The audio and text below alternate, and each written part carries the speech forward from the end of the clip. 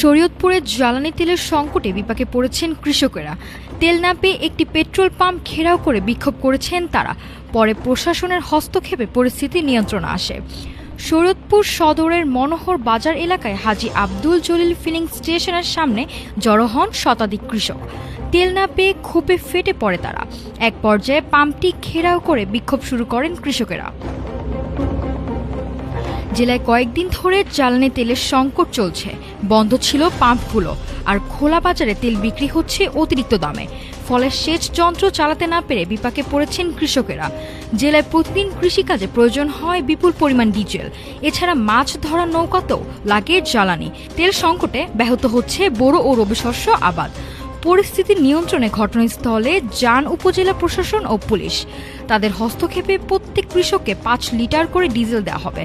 জ্বালানির সংকট দ্রুত সমাধান হলে কৃষি উৎপাদনে বড় ধরনের প্রভাব পড়তে পারে বলে আশঙ্কা করছেন সংশ্লিষ্টরা। কৃষি মৌসুমে জ্বালানি সরবরাহ স্বাভাবিক রাখতে দ্রুত পদক্ষেপ নেয়ার দাবি জানিয়েছেন স্থানীয়রা। নাফিসা সামিয়া, ঢাকা টুডে।